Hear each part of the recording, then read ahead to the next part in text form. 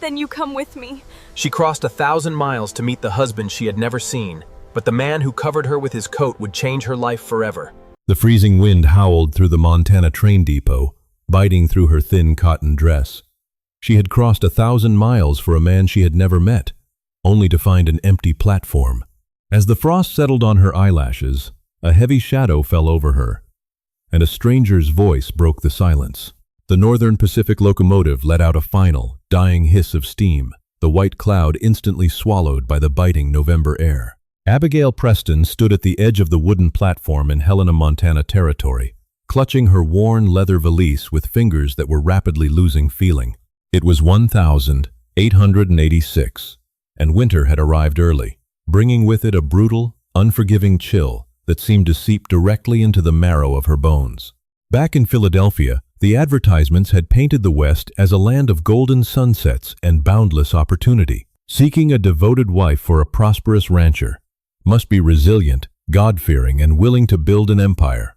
The letters from Mr. Arthur Pendleton had been equally warm, filled with promises of a sprawling estate, a grand hearth, and a life far removed from the suffocating debts her late father had left behind. In her desperation to escape the creditors who threatened to throw her into the streets, Abigail had agreed to a proxy marriage. She was, legally, already Mrs. Pendleton, but as the heavy iron wheels of the train groaned and slowly began to roll away, taking with them the last vestiges of civilization, Abigail realized she was utterly alone. The station master, a gruff man with a wool scarf wrapped tight around his lower face, locked the ticket office door and hurried past her. "Best find shelter, miss," he muttered, not making eye contact. "Storm's coming down off the Bitterroots. A man'll freeze to death out here tonight."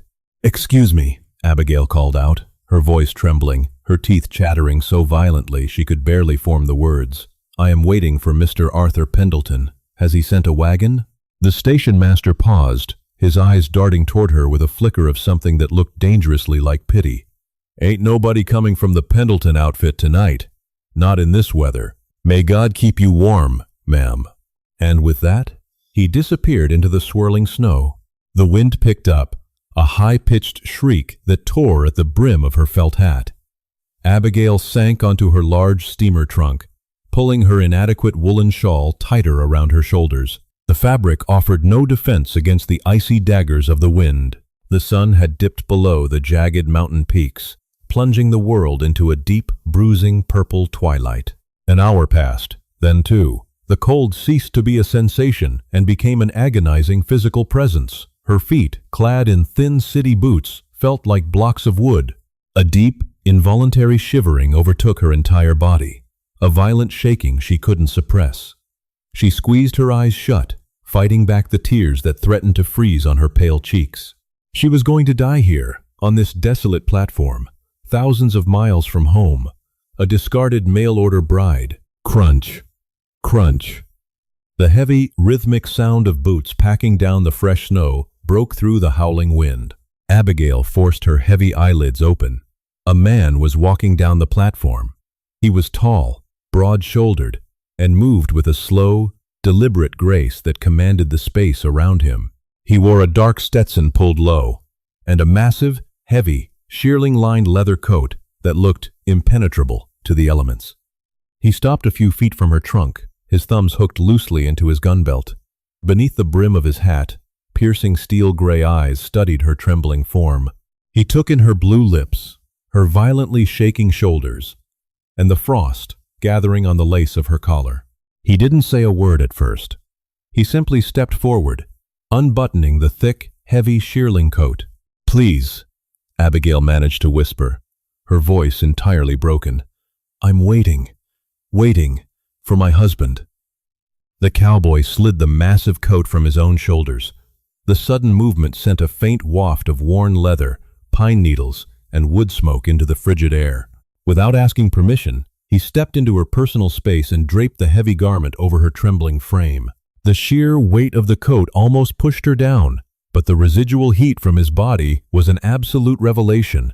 It enveloped her, a sudden, shocking cocoon of absolute warmth. He pulled the thick fur collar up around her neck, his rough, calloused hands briefly grazing her freezing cheek.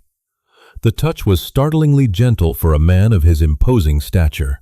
"You're freezing to death, little bird," he said. His voice was a deep, gravelly baritone that rumbled over the roar of the wind. "Who are you waiting for?" Abigail pulled the edges of the oversized coat together, burying her numb hands in the fleece-lined pockets. "Arthur Pendleton," she stammered, the warmth slowly unlocking her jaw. I am his wife, Abigail. I came from Philadelphia." The cowboy's hands froze on the collar of her coat. The subtle shift in the air was immediate. The gentle, protective demeanor vanished, replaced by a sudden, terrifying stillness.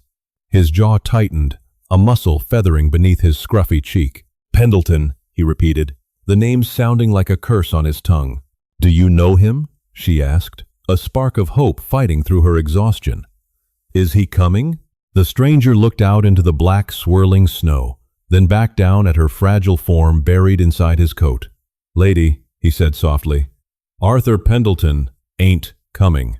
And if you know what's good for you, you'll pray he never does." He reached down, gripping the handles of her steamer trunk with effortless strength, hoisting it onto his shoulder. "My name is Caleb Ford, and you're coming with me before this storm turns you into a monument." Abigail didn't have the strength to argue. Even if she did, the look in Caleb Ford's eyes warned her that arguing would be futile.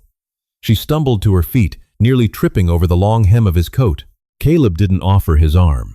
Instead, he walked slightly ahead, his broad back breaking the fierce headwind, clearing a path for her through the rapidly accumulating snow. They walked for what felt like miles, but was likely only 3 blocks off the main thoroughfare of Helena.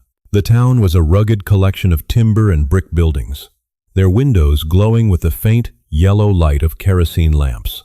Finally, Caleb kicked open the heavy oak door of a 2-story building. A wooden sign swung violently above them, reading, "Mrs. Martha Gable's Boarding House and Hot Meals." The blast of heat from inside hit Abigail like a physical blow. The air smelled of roasted beef, yeast, and burning cedar. "Good Lord in heaven, Caleb!" A plump, red-cheeked woman bustled out from a back hallway, wiping her flour-dusted hands on her apron. "You brought a stray in from this weather? She looks half dead." "Needs tea, Martha. Hot and sweet," Caleb ordered, setting Abigail's heavy trunk down with a loud thud that rattled the floorboards, and a chair right by the hearth. Mrs. Gable rushed forward, guiding the shivering Abigail toward a massive stone fireplace blazing with a roaring fire. Abigail sank into a worn armchair, pulling Caleb's heavy coat tighter around herself. She was safe, she was warm, but a terrible dread was blooming in the pit of her stomach. The way Caleb had reacted to her husband's name, the cold, hard edge in his voice, terrified her more than the blizzard outside. Minutes later, a steaming mug of tea was pressed into her hands. Caleb stood a few feet away, leaning against the stone mantelpiece. Without his coat, she could see the lean, hardened muscle of his frame beneath his flannel shirt and canvas suspenders. A silver star was pinned to the breast of his shirt. No, not a star. A territorial ranger's badge. "Drink," Caleb commanded softly. Abigail took a trembling sip. The scalding liquid sent a shock of life back into her system. She looked up at him, the firelight catching the sharp, rugged angles of his face. He had a scar cutting through his left eyebrow, giving him an intense, dangerous look. "Mr. Ford," Abigail started, her voice finally steadying. "I demand to know what you meant at the station. Arthur Pendleton is a respected rancher. He paid for my passage. We were married by proxy 3 weeks ago." Caleb let out a harsh, humorless breath. He looked at Martha Gable, who immediately stopped wiping the tables, her face falling into a look of deep sorrow. Martha quietly retreated into the kitchen, leaving them alone. "Respected," Caleb repeated, testing the word as if it left a foul taste in his mouth. He pulled a wooden chair from a nearby table, spun it around, and sat straddling it, resting his arms on the backrest. He looked directly into her eyes. "Tell me, Mrs. Pendleton, did your husband happen to mention his property? Did he mention the Homestead Act?" "He said he owned a vast estate," Abigail replied defensively. "Hundreds of acres." "Yeah, he does," Caleb said grimly. "Arthur Pendleton ain't a rancher, Abigail. He's a land baron, a predator, The law says a man can claim 160 acres of public land. But a married couple? A wife can claim her own adjoining 160 acres if she's the head of a household, or if the husband registers in her name to double his holdings. Abigail frowned, confused. I don't understand. Why does that matter? Caleb leaned in, his gray eyes dark with a suppressed fury. Pendleton doesn't want a wife, Abigail. He wants a signature. Over the last 4 years, Arthur has married 3 different mail-order brides by proxy, women from the East, desperate women with no family to come looking for them. The teacup rattled violently against its saucer in Abigail's hands. 3? She whispered. He brings them out here, Caleb continued, his voice dropping to a low, dangerous register. He registers the land in their names, and once the ink is dry on the federal deed, he makes their lives a living hell. He isolates them out on the ridge. He starves them of funds, of company, of hope. 2 of them broke down and fled back east, leaving the land behind for him to absorb. The 3rd. Caleb looked away, his jaw clenching tight. What happened to the 3rd?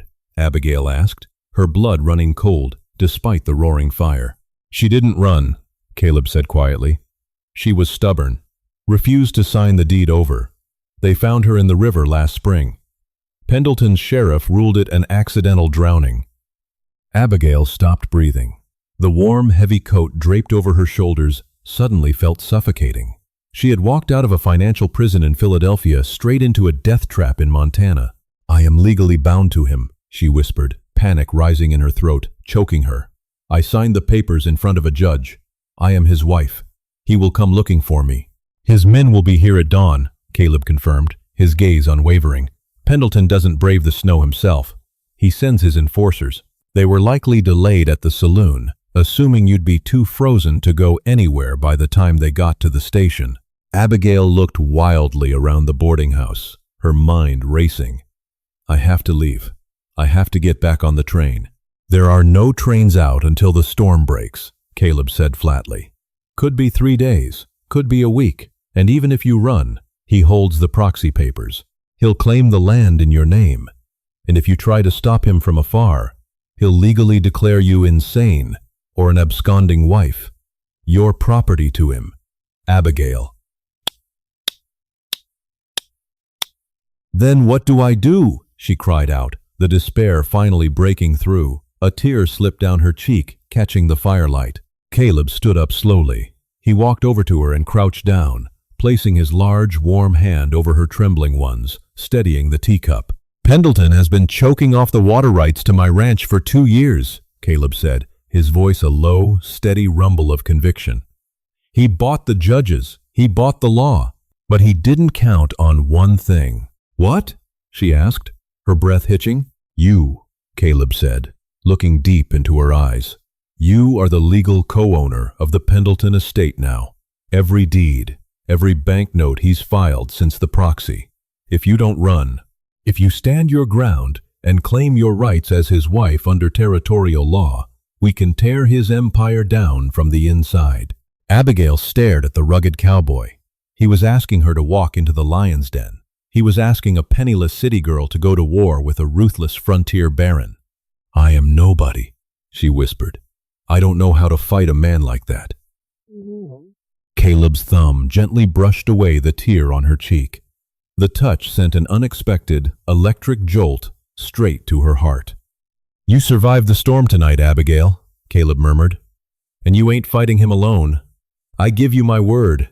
As long as you wear my coat, Pendleton won't touch a single hair on your head. But I need to know right now, are you going to run? Or are you going to ruin him? Abigail looked into Caleb Ford's steely eyes. The freezing, terrified girl who had sat shivering on the platform was gone, replaced by a woman who realized she had nothing left to lose. She pulled Caleb's coat tighter around her shoulders, the scent of leather and pine giving her an anchor in the storm. Tell me, Abigail said, her voice dropping to a cool, steady whisper, how exactly do I ruin my husband? By dawn, the brutal blizzard had broken, leaving Helena buried under 2 feet of blindingly white, pristine snow.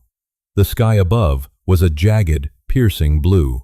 Abigail stood before the frosted window of Martha Gable's boarding house, her heart hammering against her ribs like a trapped bird. She was dressed in a borrowed wool skirt and a thick flannel blouse, her own city clothes packed away. Over her shoulders, she still wore Caleb's massive shearling coat. It was her armor. Caleb descended the wooden stairs, his spurs chiming softly with each heavy step. He had strapped a Winchester rifle to his saddlebags and wore a Colt .45 low on his right hip. He looked every inch the dangerous frontier lawman. But when his eyes found hers, the hard lines of his face softened just a fraction. "Pendleton's men never showed," Caleb said, his voice a low rumble. "They drank themselves blind at the Copper King Saloon and slept through the storm. Arthur will be expecting them to haul your frozen body back to his ranch by noon. We're going to disappoint him." The ride to the Pendleton estate took 2 grueling hours through deep drifts. As they crested Bitterroot Ridge, Abigail gasped. Below them sat a sprawling empire, a massive 3-story Victorian mansion made of imported red brick and timber stood as a monument to one man's greed, surrounded by vast, fenced pastures and enormous cattle barns. It was beautiful, but to Abigail, it looked like a gilded cage. When they rode into the main courtyard, the ranch hands stopped dead in their tracks. The sight of Caleb Ford, a man known to be Pendleton's sworn enemy, riding in openly with a woman beside him, brought a sudden, terrifying silence to the compound. The heavy mahogany front doors swung open. Arthur Pendleton stepped out onto the wide wraparound porch. He was a striking man, immaculately dressed in a tailored wool suit and a silk cravat, his silver hair slicked back. To the untrained eye, he looked like a wealthy, respectable gentleman. But as his cold, obsidian eyes locked onto Abigail, she saw the predator Caleb had warned her about. A flash of genuine shock crossed Arthur's face, instantly masked by a chilling, polite smile. "Well," Arthur said, his voice smooth and dripping with false warmth, "what a remarkable surprise. My men told me the train was delayed, and here you are, my darling Abigail, escorted by a territorial ranger. To what do I owe this honor, Mr. Ford?" Caleb didn't dismount. He kept his hands resting casually near the pommel of his saddle, his eyes locked on Arthur. "Found your bride freezing to death on the depot platform, Pendleton. Seems your men were too busy drowning in whiskey to fetch her. As an officer of the territory, I figured it was my duty to see her safely to her legal residence." Arthur's jaw tightened imperceptibly. He walked down the steps, extending a gloved hand toward Abigail. "I am deeply apologetic, my dear. The frontier is a harsh place. Come inside. You must be exhausted." Abigail looked down at Arthur's hand. Her instinct was to recoil, to spur her horse and ride back to Philadelphia. But she felt Caleb's steady gaze on her. She took a deep breath, steeling her spine, and ignored Arthur's hand. She dismounted on her own, her boots hitting the packed snow with a resolute crunch. "I am quite well, Arthur," Abigail said, her voice ringing out clearly across the silent courtyard. "Though I must admit, I expected a warmer welcome from my husband." Arthur's eyes narrowed. This was not the meek, broken girl he had expected. "Of course, Rufus," he barked to a burly, scarred ranch hand standing near the stables. "Take my wife's belongings up to the master suite. Now, actually," Abigail interrupted, her voice trembling slightly before she forced it steady, "I will take the east wing. I require my own space to manage the household affairs. And, as your legal proxy wife, I would like to review the estate's ledgers this afternoon. I intend to be an active partner in our holdings." The silence in the courtyard grew deafening. Rufus looked at Arthur, unsure of what to do. Arthur's polite smile vanished entirely, replaced by a look of sheer, venomous hatred. He took a step toward her, dropping his voice so only she and Caleb could hear. "You do not make demands on my land, you penniless little rat," Arthur hissed. "It's her land now, too," Caleb intervened, his voice cutting through the icy air like a whip. He finally swung down from his horse, stepping directly between Abigail and Arthur. Under the Homestead Act, her proxy signature finalized the deed to the North Ridge yesterday.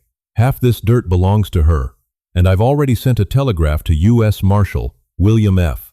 Wheeler in Helena, informing him of her safe arrival and her legal status. Mentioning the legendary Marshall Wheeler, a man known for hanging corrupt land barons without hesitation, made Arthur take a step back. He was trapped, and he knew it. If anything happened to Abigail now, the federal government would tear his ranch apart. "You are playing a very dangerous game, Ford," Arthur seethed. "I don't play games, Arthur," Caleb replied coldly. "I'll be camping on the ridgeline, just to make sure the newlyweds have a peaceful first week." For the next 3 days, Abigail lived inside the viper's nest. During the day, she played the role of the domineering lady of the house, demanding access to Arthur's office under the guise of organizing his books. Arthur, paranoid about the federal marshal's watchful eye, was forced to comply, though he kept his henchman, Rufus, shadowing her every move. But Abigail was clever. Growing up the daughter of a ruined accountant, she knew exactly how to read cooked books. Late on the third night, after slipping a mild sleeping powder she'd bought from Martha Gable into Rufus's coffee, Abigail unlocked Arthur's private safe. Inside, beneath stacks of banknotes, she found it. A hidden ledger detailing massive bribes to local judges, fraudulent land claims, and, most damning of all, a silver locket. She popped the clasp. Inside was a tiny portrait of a woman, and engraved on the back was the name, Marianne Drowned, May 1885. It was the third bride. It was proof of murder. Suddenly, the floorboards outside the office creaked. The heavy oak door slammed shut behind her, the lock clicking into place. Arthur stepped out of the shadows of his own office, a loaded Smith & Wesson revolver gleaming in his hand. "You really thought you could outsmart me in my own home?" Arthur's voice was a terrifying whisper. He cocked the hammer of the revolver. The metallic click echoed like a cannon shot in the small, dimly lit room. Abigail backed away, clutching the ledger and the locket to her chest. "Marshall Wheeler knows I am here," she said, her voice shaking but her chin held high. "If I disappear, he will hang you." "People disappear on the frontier all the time, my dear," Arthur sneered, stepping closer. "A tragic riding accident. A slip near the canyon edge. Marshall Wheeler has no jurisdiction over gravity." He reached into his coat and pulled out a stack of legal documents, the deed transfers. He threw them onto the mahogany desk, followed by a fountain pen. "Sign the northern ridge back to me," Arthur commanded, pointing the barrel of the gun directly at her heart. "Sign it, and I will put you on a train back to Philadelphia with enough money to live comfortably. Refuse, and you'll join Marianne at the bottom of the river." Abigail looked at the papers. She looked at the gun. And then she remembered the warmth of Caleb's coat on that freezing platform. She remembered the promise she made to herself. She wasn't running anymore. "No," Abigail said. Arthur's eyes widened in genuine surprise. "What did you say?" "I said no," she repeated, her voice gaining strength. With a sudden, swift movement, she grabbed the kerosene lamp from the desk and smashed it against the floorboard directly between them. Flames instantly erupted, catching the edge of the lavish Persian rug. Arthur shouted in panic, jumping back to avoid the spreading fire. The distraction was only a second, but it was enough. Crash! The heavy glass of the office window shattered inward, raining shards across the room. Caleb Ford dove through the opening, bringing the freezing night air with him. He hit the floor rolling, coming up with his Colt already drawn. Arthur fired blindly, the bullet tearing through the shoulder of Caleb's heavy shearling coat. Caleb didn't even flinch. He fired once. The bullet struck Arthur's hand, shattering his wrist. The revolver clattered to the floor. Arthur screamed, collapsing to his knees, clutching his bleeding arm as the fire licked closer to the desk. Caleb kicked the gun away and grabbed Arthur by the collar of his expensive suit, dragging him away from the flames. Rufus and the other hands burst through the locked door, but they froze the moment they saw Caleb holding a gun to their boss's head. "Drop them!" Caleb roared. Before the men could decide whether to fight, the sound of thundering hooves filled the courtyard outside. Shouts rang out. "Federal marshals! Drop your weapons!" Marshal William F. Wheeler had arrived, along with a dozen armed deputies. Caleb hadn't just camped on the ridge.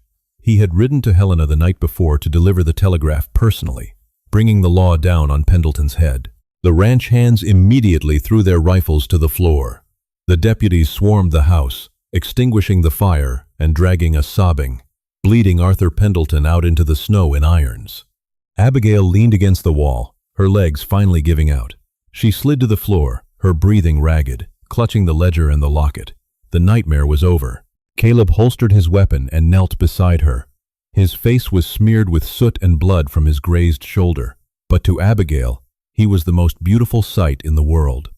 He gently took the ledger from her hands, setting it aside, and pulled her into his arms. "You didn't run," Caleb whispered, burying his face in her hair. "I told you," she breathed, wrapping her arms around his neck, inhaling the deep, comforting scent of leather and pine.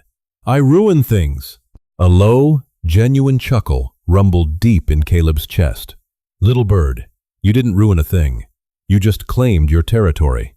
6 months later, the spring thaw turned the Bitterroot Valley into a sea of emerald green. Arthur Pendleton was sitting in a federal penitentiary in Leavenworth, Kansas, awaiting trial for murder and fraud. Abigail Preston, she had quickly annulled the proxy marriage, stood on the porch of her own home. She had legally claimed the Northern Ridge, merging the massive estate with Caleb Ford's modest ranch. She wasn't wearing a thin cotton dress anymore. She wore durable denim and a sturdy pair of boots. A horse trotted up to the porch. Caleb swung down from the saddle, holding a bundle of wildflowers he had picked from the ridge. He walked up the steps, his gray eyes shining with a warmth that completely melted the rugged harshness of his face. "Mail for the lady of the house," Caleb said, handing her the flowers. Abigail smiled, pulling him down by his suspenders to meet her lips. It was a kiss that held the heat of 1,000 hearth fires, a promise sealed not by ink and deception, but by survival, trust, and a love forged in the freezing dark. She had come out west, looking for a lifeline. Instead, she had found her home, wrapped forever in the arms of the cowboy who had saved her. If you loved this story of frontier justice, romance, and the ultimate revenge, don't forget to hit that like button. Subscribe to the channel for more thrilling Wild West tales, and share this video with someone who loves a strong heroine and a rugged cowboy. What would you have done in Abigail's shoes? Let us know in the comments below.